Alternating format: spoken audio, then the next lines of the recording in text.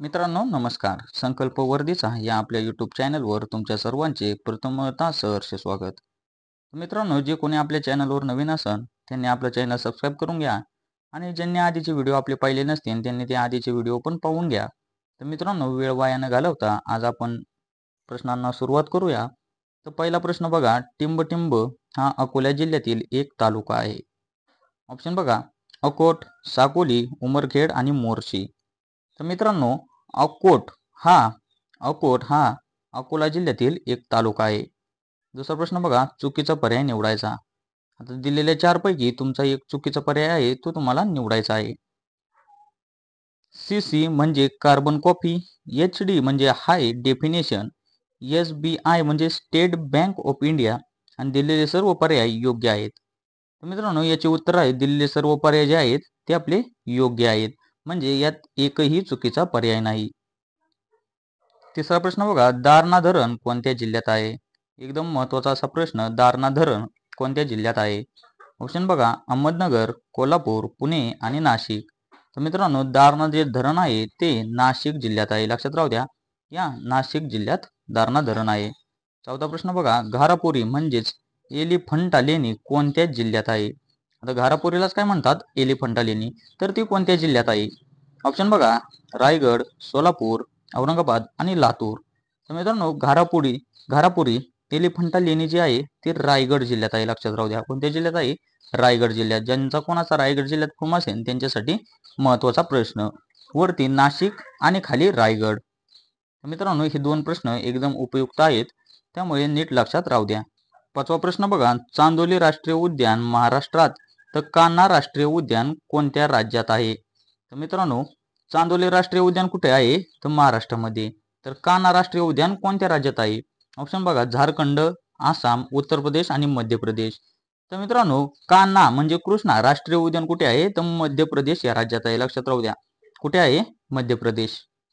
सहावा प्रश्न बघा, भूगर्भातील पाण्याची पातळी मोजण्यासाठी खालीलपैकी कोणते उपकरण वापरतात? आता भूगर्भातील पाण्याची पातळी मोजण्यासाठी कोणते उपकरण वापरले जाते? ऑप्शन बघा, पायरोमीटर, पेरिस्कोप, पिझोमीटर आणि डायनामो. तर मित्रांनो, पिझोमीटरचा वापर केला जातो. लक्षात राहू द्या, पिझोमीटरचा वापर केला जातो. सातवा प्रश्न बघा, पालघर जिल्ह्याला कोणत्या राज्याची सीमा लागते? आता कोणत्या राज्याची लागते पालघर जिल्ह्याला सीमा?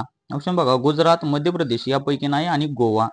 तर पालघर जिल्ह्याला गुजरात या राज्याची सीमा लागते. लक्षात राहू द्या, गुजरात राज्याची सीमा लागते. आठवा प्रश्न बघा, भारतीय राज्यघटनेचे शिल्पकार असे कोणाला म्हणतात? मित्रांनो, हा कॉमन प्रश्न आहे, हा तुम्हाला सर्वांना माहितीच पाहिजे. ऑप्शन बघा, डॉक्टर बाबासाहेब आंबेडकर, राजेंद्र प्रसाद, HC मुखर्जी आणि पंडित नेहरू. आता भारतीय राज्यघटनेचे शिल्पकार डॉक्टर बाबासाहेब आंबेडकर आहेत. ऑप्शन नंबर 1 आपल्या प्रश्नाचे उत्तर राहील.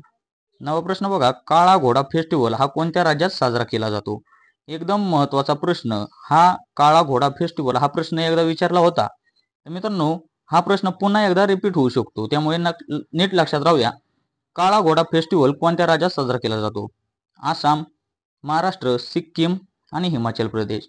तर मित्रांनो, काळा घोडा फेस्टिवल हा महाराष्ट्रात साजरा केला जातो, मुंबई या जिल्ह्यात. लक्षात राहू द्या, त्यामुळे या प्रश्नाचे उत्तर आपले ऑप्शन नंबर 2 राहील.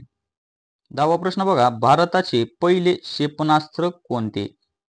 भारताचे पहिले क्षेपणास्त्र कोणते आहे? ऑप्शन बघा, अग्नी, पृथ्वी, आकाश आणि ब्राह्मोस. तर मित्रांनो, भारताचे पहिले क्षेपणास्त्र जे आहे ते पृथ्वी आहे. लक्षात राहू द्या, पृथ्वी 2 नंबरचा आपला ऑप्शन बरोबर राहील.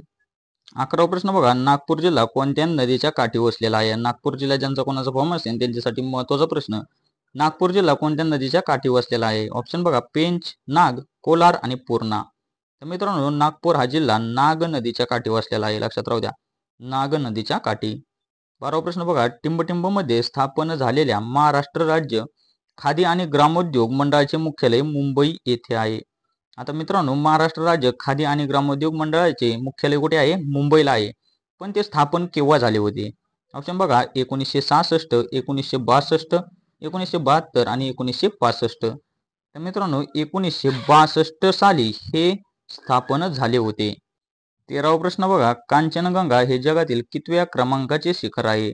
कांचनगंगा हे जगातील कितव्या क्रमांकाचे शिखर आहे? ऑप्शन बघा, तिसऱ्या, पहिल्या, दुसऱ्या आणि चौथ्या. तर मित्रांनो, कांचनगंगा हे जगातील तिसऱ्या क्रमांकाचे शिखर आहे, म्हणून ऑप्शन नंबर 1 आपल्या प्रश्नाचे उत्तर राहील. 14वा प्रश्न बघा, सोलापूर जिल्ह्यातील मुख्य नदी कोणती?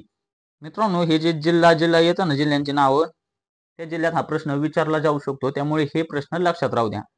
सोलापूर जिल्ह्यातील मुख्य नदी कोणती आहे? दारणा, गिरणा, गोदावरी आणि भीमा. तर सोलापूर जिल्ह्यातील मुख्य नदी आहे भीमा. लक्षात राहू द्या. कोणती नदी? भीमा. 15वा प्रश्न बघा, योग्य विधान निवडा. आता या दोन पैकी तुम्हाला योग्य विधान निवडायचे आहे. पहिले विधान बघून घ्या. तारापूर अणुविद्युत प्रकल्प पालघर जिल्ह्यात आहे. दुसरं विधान बघा, उमरेड अणुविद्युत प्रकल्प पालघर जिल्ह्यात आहे. दोन्ही विधाने बरोबर आहेत. केवळ विधान 2 बरोबर, केवळ विधान 1 बरोबर, दोन्ही विधाने चूक. तर मित्रांनो, यापैकी केवळ विधान 1 बरोबर म्हणजे 1 नंबरचं जे विधान आहे ते बरोबर आहे. तर ते पाहून घ्या. तारापूर अणुविद्युत प्रकल्प पालघर जिल्ह्यात आहे, म्हणून हे पहिलं विधान जे आहे ते बरोबर आहे. ऑप्शन नंबर 3 आपल्या प्रश्नाचे उत्तर राहील. 16वा प्रश्न बघा, 7 एप्रिलला टिंबटिंब असतो. आता 7 एप्रिल हा दिवस कोणता दिवस म्हणून साजरा केला जातो? ऑप्शन बघा, जागतिक आरोग्य दिन, जागतिक वारसा दिन, जागतिक कर्करोग दिन आणि जागतिक रंगभूमी दिन. तर 7 एप्रिल हा दिवस जागतिक आरोग्य दिन म्हणून साजरा केला जातो. 17वा प्रश्न बघा, हिपॅटायटिस हा आजार टिंबटिंबमुळे होतो. आता हिपॅटायटिस हा आजार कशामुळे होतो? ऑप्शन बघा, जीवाणू किंवा विषाणू, आदिजीव, जीवाणू आणि विषाणू. तर हिपॅटायटिस हा आजार विषाणूमुळे होतो. लक्षात राहू द्या. कशामुळे होतो? तर विषाणूमुळे होतो. 18वा प्रश्न बघा, शांती निकेतनची स्थापना टिंबटिंब यांनी केली. शांती निकेतनची स्थापना कोणी केली? ऑप्शन बघा, रवींद्रनाथ टागोर, राजा राममोहन रॉय, मानवेंद्रनाथ रॉय, देवेंद्रनाथ टागोर. शांती निकेतनची जी स्थापना होती ती रवींद्रनाथ टागोर यांनी केलेली आहे. लक्षात राहू द्या. ऑप्शन नंबर 1 आपल्या प्रश्नाचे उत्तर राहील. 19वा प्रश्न बघा, 7व्या शतकामध्ये कोणी इस्लामची शिकवण दिली? आता 7व्या शतकामध्ये इस्लामची शिकवण कोणी दिली होती? ऑप्शन बघा, मोहम्मद पैगंबर, अकबर यापैकी नाही आणि बाबर. तर 7व्या शतकामध्ये मोहम्मद पैगंबर याने इस्लामची शिकवण दिली होती, म्हणून ऑप्शन नंबर 1 आपल्या प्रश्नाचे उत्तर राहील. 20वा प्रश्न बघा, वंदे मातरम या गीताचे लेखक कोण? वंदे मातरम या गीताचे लेखक कोण आहेत? ऑप्शन बघा, दीनबंधू मित्र, नवीनचंद्र सेन, रवींद्रनाथ टागोर आणि बंकिमचंद्र चॅटर्जी. तर मित्रांनो, वंदे मातरम या गीताचे लेखक आहेत बंकिमचंद्र चॅटर्जी. लक्षात राहू द्या. ऑप्शन नंबर 4 आपल्या प्रश्नाचे उत्तर राहील. मित्रांनो, हे होते आपले 20 प्रश्न. ते कसे वाटले ते तुम्हाला कमेंटद्वारे नक्कीच कळवा.